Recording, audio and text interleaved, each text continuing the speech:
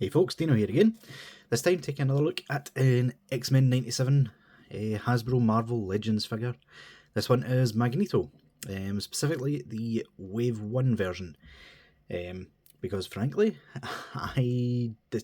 despite this figure's shortcomings, I still much prefer this outfit to what he goes with in the show.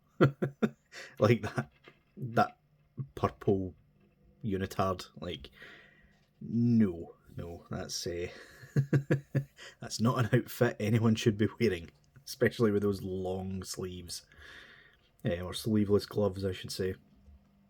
But yeah, like I said, this is the Wave 1 version of Magneto in his classic red and purple get-up with the bucket head. And yeah, it's not the best figure on the planet. For some reason, Hasbro just can't seem to get Magneto figures correct.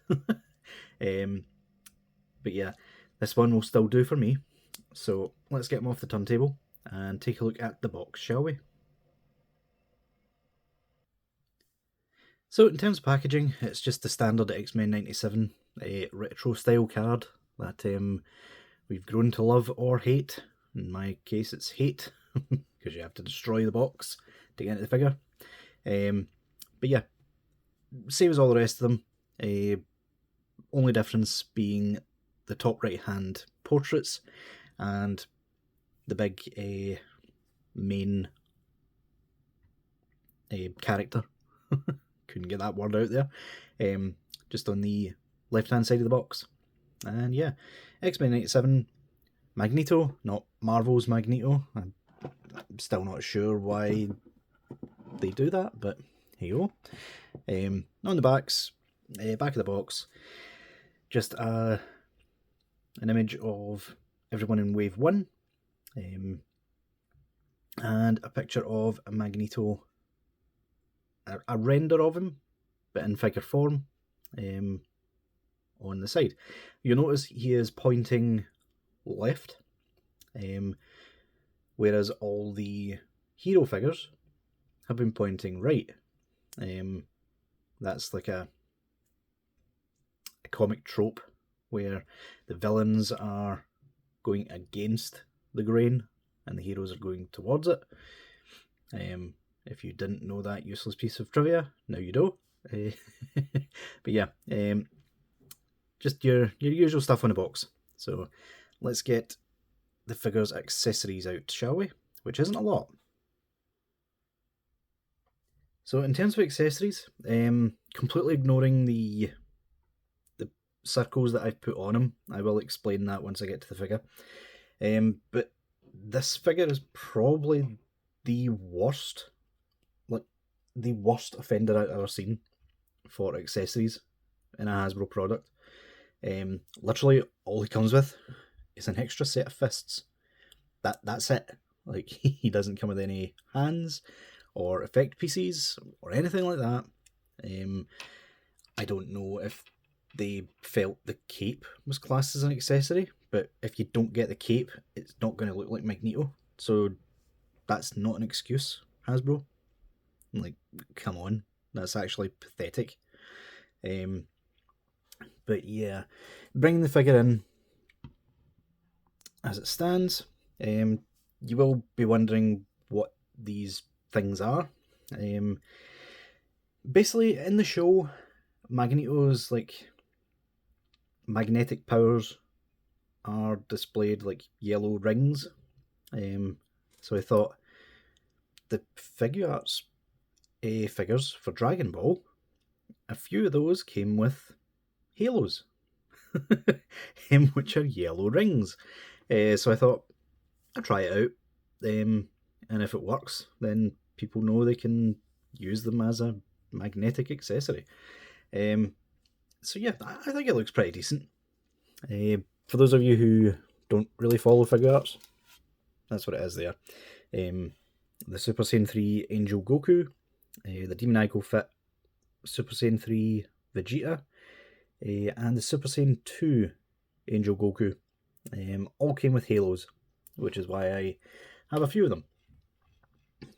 So yeah, I literally just popped the peg in between the fingers, and it worked out pretty well in my opinion. It'll do for me at least. So yeah, looking at the figure itself, a lot of people had some gripes with it.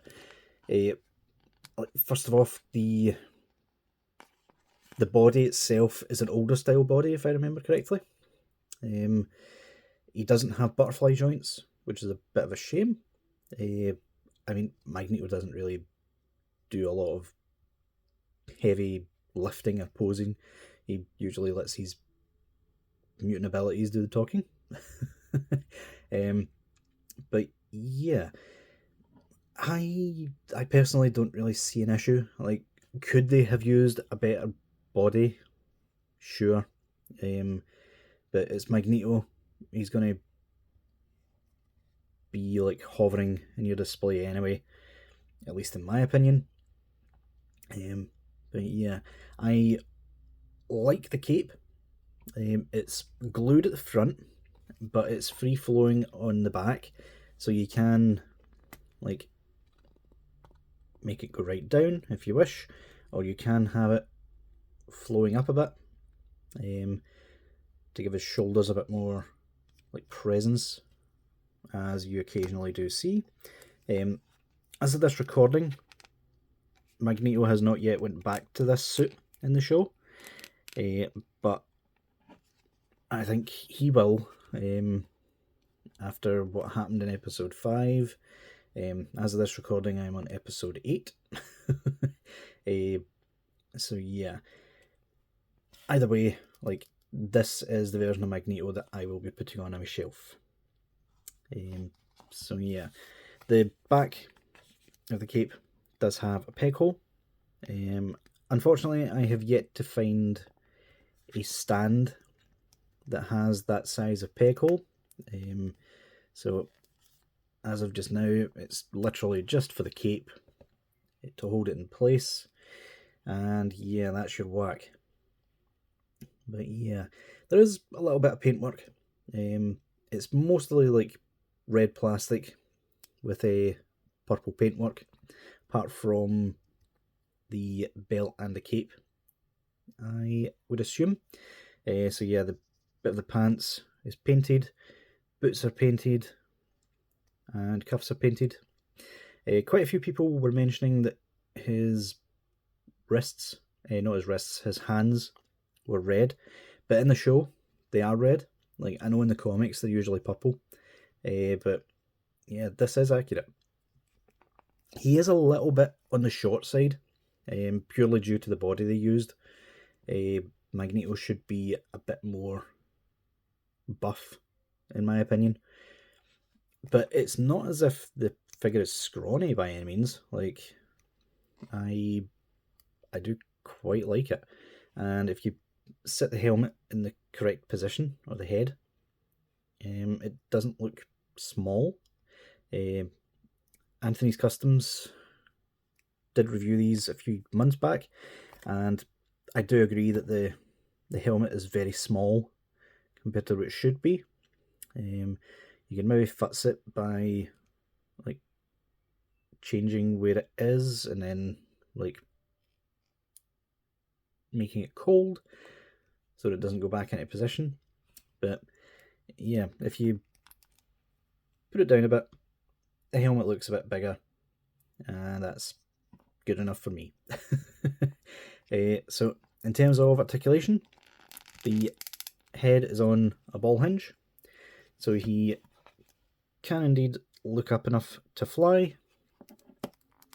He can look down a fair amount.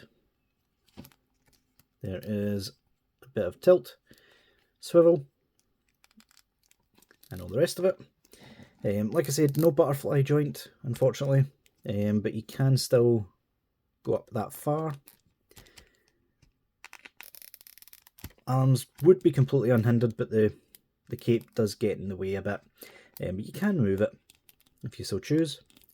Bicep swivel, double joint at the elbow, can get quite far past 90, which is decent. Hinged wrist. The abs can go back that far, quite a bit, but the sculpt does stop for some reason. He can go forward quite a bit, and this is despite the fact that this is quite far up the abs. If you push it down, you can see like he does have a lot more abs there, but in the show, and usually when you see Magneto, his nappy is quite far up. So yeah, does look good, doesn't really hinder articulation, that's fair enough. He can kick up perfectly fine, can't really kick back any. He can actually do really good close to splits. Thigh rotation, double joint at the knee. You can again get really good range for that. And feet are kind of tight, but they go forward well. They go back really well. And ankle pivot, which is really good all in all.